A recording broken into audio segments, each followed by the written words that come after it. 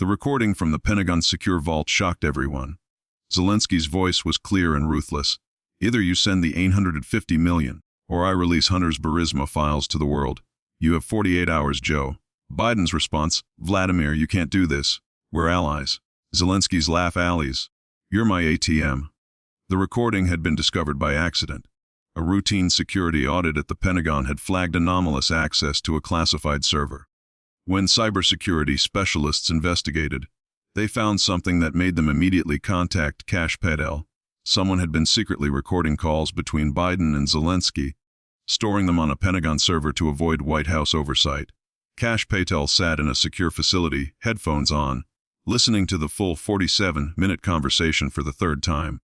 Each replay revealed new layers of corruption, desperation, and betrayal. Beside him, General Mark Thompson, the Pentagon's Inspector General, looked physically ill. This goes back how far? Kash asked. The metadata shows recordings starting in February 2022, right before the invasion. Thompson replied. But references in the conversation suggest this arrangement predates that by years. Who made these recordings? Thompson hesitated. That's where it gets complicated. The access logs show Jake Sullivan's credentials, but he claims his access was cloned. The real recorder appears to be someone trying to protect themselves, someone who knew this would eventually explode. Kash fast forwarded to a particularly damning section. Zelensky's voice filled the room. Joe, you need to understand your position. I have everything. Not just Hunter's Burisma files, but the real files. The ones showing where the money actually went. The videos from his laptop you thought were destroyed. I have the originals. The meetings with Chinese intelligence, all recorded. Biden's voice, when it came, sounded broken. What do you want? What I've always wanted. Money, weapons, and protection. You'll give me whatever I ask, whenever I ask, or the world learns that the President of the United States is compromised by his crackhead son's crimes. That's blackmail. That's business, Joe. Ukrainian business. Kash paused the recording and turned to Thompson.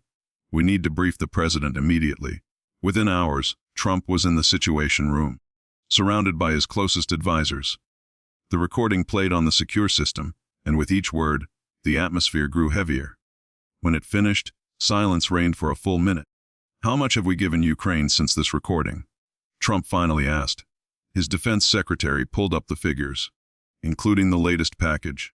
Approximately $175 billion. And how much of that was legitimate aid versus blackmail payments? Based on what we're hearing, sir, it's impossible to tell. But the correlation between Zelensky's demands in these recordings and sudden aid announcements is troubling. Trump turned to his CIA director. What do we know about these files Zelensky claims to have? We've long suspected the Ukrainians had compromising material on the Bidens. During the 2014 coup, Ukrainian intelligence services were in chaos. Various factions grabbed whatever they could for leverage. Hunter Biden's activities in Kiev were extensive and poorly concealed. Define extensive. The CIA director pulled up a classified brief. Drug use, obviously, but also arms dealing connections, money laundering through energy companies, and, he paused, relationships with individuals connected to human trafficking networks. And Zelensky has evidence of all this. According to our sources in Kiev, he has a vault of material that makes Hunter's laptop look like a Disney movie. The previous Ukrainian government started collecting it. When Zelensky came to power, he inherited it and immediately saw its value. Trump stood, pacing the room. So we've been funding a war not because it's the right thing to do, but because the president is being blackmailed. It appears so, sir. Get me more. I want every recording, every document, every piece of evidence. And find out who else knows about this. The investigation that followed was unlike anything in American intelligence history. Quietly, without alerting the Biden administration, teams of analysts began combing through years of aid packages, diplomatic cables, and intelligence reports. What they found was a pattern of corruption that boggled the mind. Every time Hunter Biden's name surfaced in connection to a scandal, Ukraine received aid. Every time questions were raised about Burisma, weapons flowed to Kiev. The correlation was perfect. Too perfect to be coincidence. Meanwhile, Kash Patel's team had made another discovery. The Pentagon recordings weren't the only ones. Similar files were found on servers at State Department, CIA, and even the Department of Energy. Someone, or multiple someones, had been documenting the corruption for years.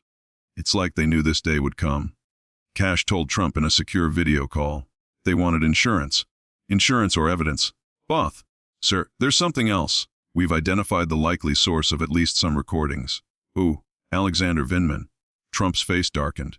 Vindman, the former NSC official who'd testified against him during the first impeachment, had maintained deep connections in Ukraine. He knew about this and said nothing. Worse, sir. We think he was facilitating it, helping Zelensky understand exactly what leverage he had and how to use it. The picture that emerged was one of systematic betrayal. American officials, bitter over Trump's first term, had helped a foreign leader blackmail the U.S. president. They'd prioritized their hatred of Trump over national security, enabling the largest shakedown in history. Trump made a decision. We go public. All of it, sir. His chief of staff interjected. The implications for Ukraine. Ukraine has been extorting us. The war, whatever its merits, has been funded through blackmail. The American people deserve to know. But before they could act, events took an unexpected turn. In Kiev, Zelensky, perhaps sensing something was wrong, made a fatal mistake. He called Biden directly, unaware that Trump's team was now monitoring everything. Joe, I need another package. $50 billion this time. Vladimir, Congress is asking questions. I can't keep. You can and you will. Or would you prefer I hold a press conference? Maybe share some of Hunter's greatest hits with the world. I have a particularly interesting video from 2018. Your son, some very young women, and a lot of cocaine. CNN would love it. You promised that was destroyed. I promised many things, Joe, just like you did. Now $50 billion by end of month or I start leaking. That was all Trump needed. Within hours, FBI teams were mobilizing. The plan was complex. Simultaneous actions to prevent destruction of evidence and capture key players. At 3 a.m. Eastern, as Biden slept in the White House residence, his phone rang. It was his chief of staff. Mr. President, we have a situation. The FBI is here with a warrant. What? For what? Sir, they're saying something about recordings. Pentagon recordings. Of you and Zelensky. Biden's blood ran cold. That's impossible. But it wasn't. As FBI agents entered the White House, similar scenes played out across Washington. Jake Sullivan's home was raided. Tony Blinken was detained at Dulles Airport trying to board a flight to Brussels. Victoria Nuland was caught attempting to destroy documents at her State Department office. By dawn, the story had leaked. GMAKMLG screamed headlines. The recordings, carefully edited to protect the most sensitive intelligence, were released to Congress and the media. The American public heard their president being extorted. They heard him agreeing to send billions not for democracy or freedom, but because a foreign leader threatened to expose his son's crimes. They heard the fear in his voice, the desperation, the capitulation. The reaction was immediate and overwhelming. Democrats who had supported Ukraine aid unconditionally suddenly went silent. Republicans who'd been skeptical felt vindicated. The American people, regardless of party, felt betrayed. In Kiev, Zelensky watched the news with growing panic. His leverage had evaporated. Worse, he was now exposed as a blackmailer who'd exploited American generosity. European allies began distancing themselves. Military aid stopped. Financial support dried up. He tried calling Biden, but the number was disconnected. He tried reaching out to other American officials, but no one answered. Within hours, his own government was in chaos as officials realized their meal ticket had just expired. Back in Washington, the investigation accelerated. The full scope of the blackmail was staggering. $850 million here, $2 billion there, weapons, intelligence, diplomatic support, all extorted through threats of exposure. Hunter Biden was arrested at his Malibu home. The evidence against him, long suppressed, was now unleashed. Drug trafficking, money laundering, foreign agent registration violations. The charges read like a crime syndicate indictment. But the real shock came when investigators discovered the full contents of Zelensky's leverage file. It wasn't just Hunter's crimes. Joe Biden himself was implicated in meetings, deals, and arrangements that violated numerous federal laws. Videos showed Biden as vice president, personally negotiating percentages of corrupt deals. Documents proved he'd known about and profited from Hunter's schemes. Bank records traced millions in payments through shell companies to Biden family members. Zelensky hadn't just been blackmailing Biden about his son. He'd been blackmailing him about his own crimes. The impeachment proceedings began within a week. This time, there was no partisan divide. Democrats, seeing the evidence, knew they had no choice. Biden had compromised national security, stolen taxpayer funds, and subordinated American interests to personal survival. The hearings were devastating. Recording after recording played, each more damning than the last. Zelensky demanding money. Biden complying. American interests sold out to keep crimes hidden. Alexander Vindman, offered immunity, testified about his role. "I thought I was protecting democracy," he said, but even he looked ashamed. "I helped Zelensky understand the leverage he had. I thought it would ensure continued support for Ukraine. I didn't think about what I was enabling." "You enabled extortion," the prosecutor stated flatly. "You helped a foreign leader blackmail the President of the United States." "Yes," Vindman whispered. "God help me, yes." The vote to impeach was overwhelming. Democrats joined Republicans in condemning what Senator Chuck Schumer called the gravest betrayal of public trust in American history. Even Biden's most loyal supporters couldn't defend the indefensible. But Biden never faced a Senate trial. 3 days after impeachment, facing certain conviction and criminal prosecution, he resigned. In a rambling, bitter speech, he blamed everyone but himself: Trump, Republicans, the media, even Zelensky. "I was trying to save democracy," he insisted. "Sometimes you have to make hard choices." But America wasn't buying it. The recordings told the true story. A weak, compromised man, terrified of exposure, had sold out his country to keep his family's crimes hidden. Kamala Harris, sworn in as president, immediately distanced herself from the scandal. She canceled all Ukraine aid pending review, demanded full investigations, and promised complete transparency. But the damage was done. American credibility was shattered. NATO allies questioned every decision. Enemies celebrated the chaos, and Ukraine, abandoned by its blackmail victim, faced collapse. Zelensky, in a desperate attempt to save himself, released more compromising material about Biden, but it backfired spectacularly. The international community, already disgusted by his extortion, now saw him as a vindictive criminal. European prosecutors opened their own investigations. Swiss banks froze Ukrainian accounts. Within a month, Zelensky fled Ukraine, reportedly to a non-extradition country. His government fell, replaced by generals who immediately sued for peace with Russia. The war that had cost hundreds of thousands of lives and hundreds of billions of dollars ended not with victory or defeat, but with the exposure of the corruption that had fueled it. The trials that followed were comprehensive.